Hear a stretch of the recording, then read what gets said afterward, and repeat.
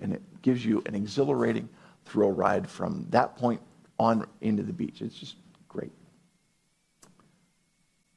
What happened was, on this particular day, I was waiting. I saw a big wave coming, and as that wave was headed towards the shore, I timed it out perfect. The wave broke. I was right there. It was riding me in towards the shore, and then something weird happened. Instead of it carrying me down kind of at the bottom of the wave, it picked me up, and I was now being carried at the top of the wave. And it was not a natural position. And the next thing that happened, instead of the wave carrying me forward towards the beach, it actually pushed me over. And I went headfirst straight into the sand on the bottom of the ocean.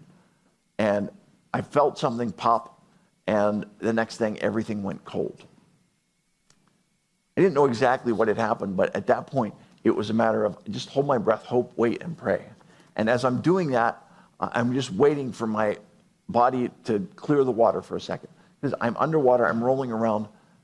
And at that point, I had just a quick time where my face cleared the top of the water. I was able to get another breath, and then back underwater. A friend of mine saw my face, and when I didn't stand up, he figured something was wrong, and he came in after me. The reason why I have this embarrassing picture up there is because of that swimsuit. I will tell you that in 1993, it was okay to wear a purple swimsuit with yellow trim and a blue pocket, and my kids are mortally embarrassed by this picture, okay?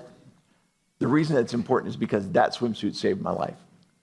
As my friend is looking for me in the water, it's sand and water and cloudiness, and what he saw was that purple swimsuit. And so he came to where I was, grabbed me, and pulled me out, saved my life. What happened at that point was I had broken my neck. For anyone who has any medical background, it's at the C5-6 level, which means I have no use of basically anything from my chest down, and I only have limited use of my arms and hands. So I've got some limitations I deal with, but what I had to come to understand is I'm alive. So that is the beginning of my story. And what I wanted to share with you is the very first lesson that I learned. I went from the Outer Banks, they airlifted me up to Norfolk General Hospital, and it was there that I had my very first conversation with my girlfriend at the time. She was the first person that I talked to, and I said, listen, we got to talk about you and me and our relationship and what's going on. I said, there are three things that we need to talk about. Number one, it looks like my future holds a lot of limitations. It looks like there are going to be some significant physical limitations as part of what's going on. And if that's too overwhelming for you, I understand that. I care about you, and I want you to be okay. And so if you are having trouble handling that and you need to leave, I'm okay with that, and I give you permission to do that. I said, I don't know what you're feeling towards me right now, but if you're just feeling sorry for me, that's not the foundation for a long-term relationship. That's not what I'm looking for. And don't feel obligated like you have to stay. And I said, the third thing is, I don't know what kind of pressure you are under from other people. I don't know what they're saying to you about this is my hour of great need and you can't leave now because he really needs you. I said, those people are not a part of us. This is about you and it's about me. And right now, I care about you and I want you to know that this conversation is about you and doing whatever it takes for you to be okay. She got fighting mad and got big tears in her eyes, and she looked at me and she said, listen, what I love about you has nothing to do with whether you can walk or not. I love you for who you are on the inside. And if you think you can get rid of me that easy, you've got another thing coming. Needless to say, when you find somebody that loves you like that, you marry them and you don't ever let them get away. She is my wife. She is the most beautiful creature God created, with apologies to all the rest of the women in the room. But she taught me the most important lesson that I ever learned about living with a disability. And this is not just a lesson that is particular to living with a disability. It's particular to human life at large.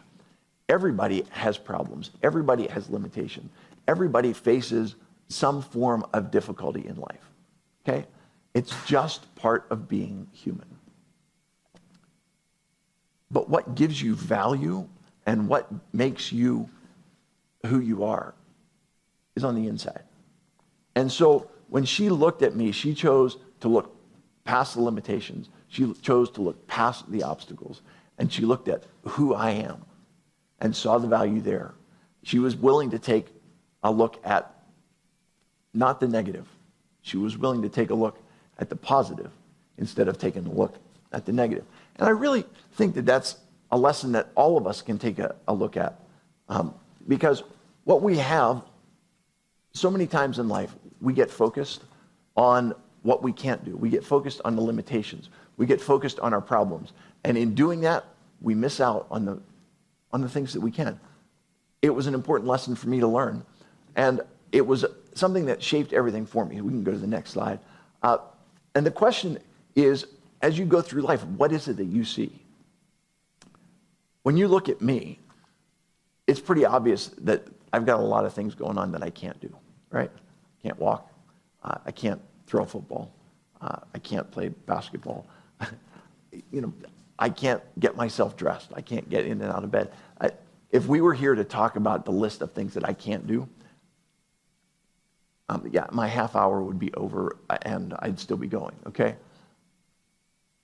That being said, the question is, what about my focus on what I can do, right?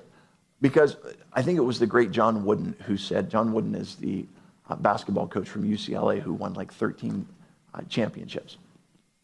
His quote is, nobody ever achieved greatness by focusing on what they can't do. And so today, I'm here to challenge you. When you look at yourself, what is it that you see? When you look at your life, where is your focus? And it starts with taking your focus off of the negative, taking your focus off of what you can't do, and saying, what is it that I can, and how do I maximize the strengths that I have? So from there, I went on to rehab. And in rehab, I learned another important lesson. So the way that this works, and I'm somewhat ashamed to admit this, I'm originally from Philadelphia, and I know the folks in Pittsburgh are all like, and the question becomes like, who do you root for, right? My wife said when I got married and I moved out here to Pittsburgh that I had to become a fan of all of the Pittsburgh teams. And I made her a deal, and the deal was I'll root for all of the Pittsburgh teams as long as they're not playing Philly. So in basketball, it's not a problem. There's no professional basketball team here in Pittsburgh. In football, it's not a problem because the Steelers and the Eagles only play once every 4 years. And I won't mention how things went this year, but in baseball, it hasn't been a problem because the Pirates were terrible for forever and the Phillies were doing well. Now that the Pirates are doing a little bit better, the Phillies not so much. But the problem is hockey, okay? And the Penguins and the Flyers, there's just bad blood there. And so in our house, we have to agree to disagree. And I will say I admire the Penguins. The Penguins are just a great team, and they're well coached, well put together, and you guys have got a great team. That being said, when the Flyers and the Penguins are playing, I'm not wearing orange and black face paint, but I have to hold true to my roots. So I tell you all that to tell you, they sent me up to Philly to do my rehab. I was in an acute care hospital for a little while, and then moved over to a rehab hospital. And going into the rehab hospital, it was kind of weird because I went into occupational therapy, and my therapist asked me a question, and it was, so what do you want to do? Like, what do you mean, what do I want to do? Like, you know what I'm capable of. You know where the level of my injury is. You know what muscles I have. You tell me what I'm capable of, and I will live up to those expectations. And she said, no. You tell me what you want to do, and I'm going to work with you to accomplish those goals. You may not do it like everybody else does it. You may not do it like you used to do it. It may take a lot of creativity, some perseverance, and a lot of hard work to accomplish it, but you're going to be able to accomplish your goals as long as you are the driver and you are willing to put in the effort to accomplish it. And it really had a huge impact for me because we talked about this at the beginning. What's your destination? And if your destination is happiness,